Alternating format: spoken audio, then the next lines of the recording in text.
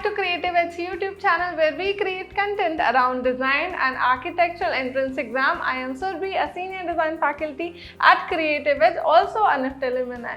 If you are preparing for a design entrance exam like NIFT, NID or UC, or you are simply a design student और a creative artist, then this video is exactly for you. बहुत बार हम एक creative field में होने के बाद experience करते हैं कि हमें क्रिएटिव आइडियाज़ नहीं आते हैं, यूनिक आइडियाज़ नहीं आते हैं और ऐसे आइडियाज़ नहीं आते हैं जो आउट ऑफ द बॉक्स हैं।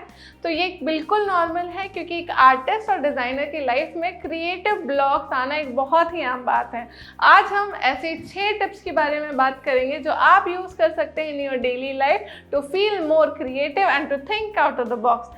But before getting started with the video, make sure कि आप हमारे चैनल को सब्सक्राइब करें एंड बेल आइकन प्रेस करना ना भूलें। So without any further ado, let's dive right इन।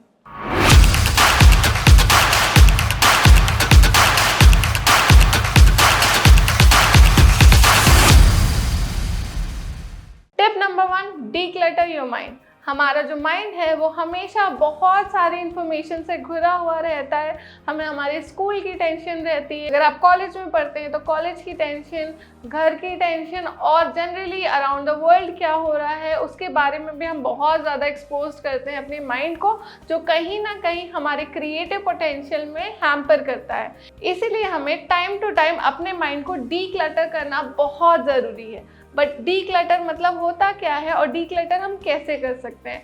तो डीक्लटर मतलब ये सारी इन्फॉर्मेशन से हमारे माइंड को आपको रखना है थोड़ी देर के लिए फ्री, जो कि आप मोस्टली वीकेंड्स में कर सकते हैं।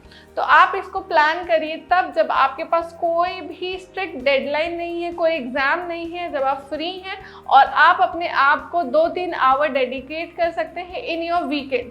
इस टाइम आपको क्या करना है? इस टाइम आपको सोशल मीडिया से दूर रहना है। इस टाइम आपको कोई भी आपके स्कूल, कॉलेज, कोचिंग, हर टेंशन से दूर अपने आप के साथ आपको टाइम स्पेंड करना है।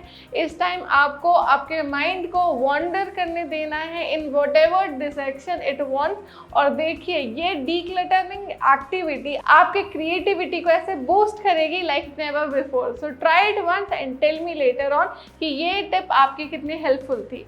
Tip number 2, build your own creative space. What is a creative space? A space where you work. तो जहाँ पे भी बैठ के आप अपने क्रिएटिविटी का काम करते हैं, आप आर्ट क्रिएशन करते हैं, डिज़ाइनिंग करते हैं, उसको आप एक क्रिएटिव स्पेस की तरह बिल्ड करें। I have seen a lot of students working in their bed. अपने बेड में ही बैठ के काम करना है, अपने बेड में ही बैठ के खाना है, सोना है।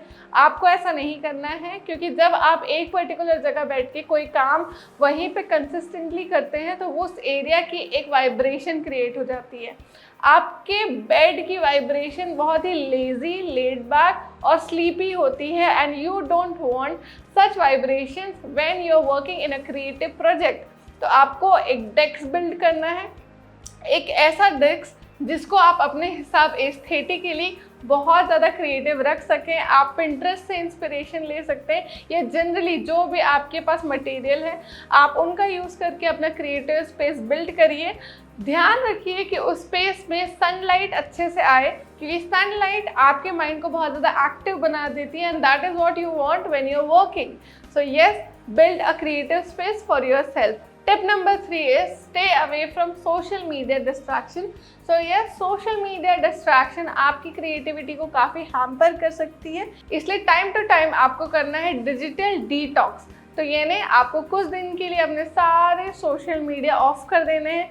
आई नो ये साउंड बहुत ज़्यादा टफ कर रहा होगा कि कुछ दिन के लिए अपना सोशल मीडिया पूरा ऑफ रखना, बट हाँ, ये आपकी क्रिएटिविटी के लिए बेस्ट एक्सरसाइज है, क्योंकि इस बीच आप कोई भी ऐसे न्यूज़ से या कोई भी ऐसी चीज़ से अपने आप को एक्सपोज नहीं करना चाहते जो आपकी क्रिएटिविटी को हैम्पर करे। So yes, do digital detox at least once a month. Tip number 4 is brainstorm without rush.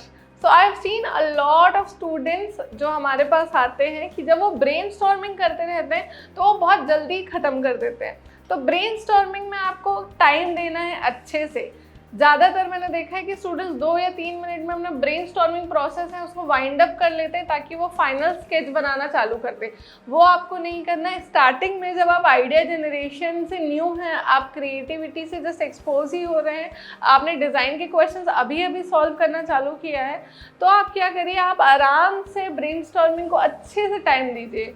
आप 45 to 60 मिनट सिर्फ दीजिए अपने ब्रेनस्टॉर्मिंग को। आई नो बहुत ज़्यादा साउंड कर रहा है कि 45 से 60 मिनट्स कैसे आइडिया जनरेशन होगा, इतना देर ब्रेनस्टॉर्मिंग में क्या करूं। बट ट्रस्ट मी, जब आप एक प्रॉब्लम को लेके बैठ जाते हैं और आपके दिमाग में कोई रश नहीं रहता, कोई ऐसा रश नहीं रहता कि तुरंत आपको ड्राइंग बनाना स्टार्ट करना है या स्केच बनाना स्टार्ट करना है, तो आपका जो माइंड है हर माइन्यूट डिटेल के बारे में सोचता है। देन आपका जो डिज़ाइन है वो कभी भी टेक्निकली कुछ गलत नहीं हो पाएगा, क्योंकि आपने अपने ब्रेनस्टॉर्मिंग में हर माइन्यूट डिटेल्स जैसे व्हाट, हाउ, व्हेन, व्हाई, हर चीज़ के बारे में अच्छे से सोचा है और उस चीज़ के लिए आइडिया जनरेट किया है।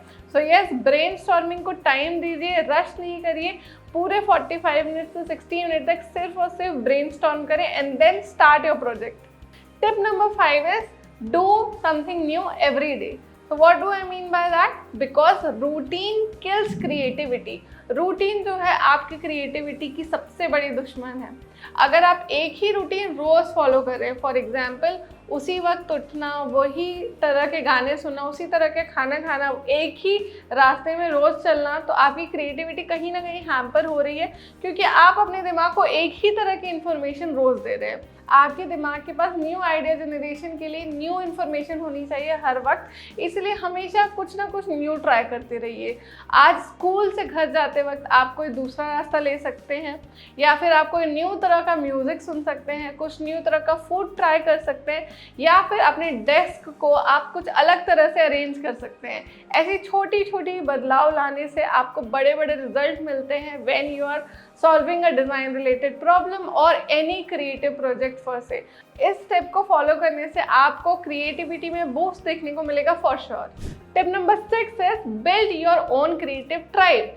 आपको ऐसे लोगों के साथ रखना है, ऐसे लोगों के साथ रहना है जो बिल्कुल लाइक माइंडेड हो, आपकी तरह ही क्रिएटिव फील्ड के हों और आपकी तरह ही क्रिएटिव डिज़ाइन प्रोजेक्ट्स में काम कर रहे हों। उससे क्या होगा, आप एक दूसरे की नॉलेज से सीख सकते हैं, आप एक दूसरे के वर्क से सीख सकते हैं। आपके जब ख्याल मिलते हैं और आप एक तरह के प्रोजेक्ट्स में काम करते हैं, आपकी क्रिएटिविटी में एनहांसमेंट होती है और फिर आपके जो आइडियाज़ हैं और भी ज़्यादा आउट ऑफ द बॉक्स होते हैं। So yes guys, this was all about today's video. If you found this video informative, make sure हमें सपोर्ट करने के लिए इस वीडियो को लाइक करिए। अगर कोई भी डाउट हो तो कमेंट करना बिल्कुल ना भूलें। I'll see you guys in another video. Until we meet next time, stay creative and keep chasing your dreams. Bye.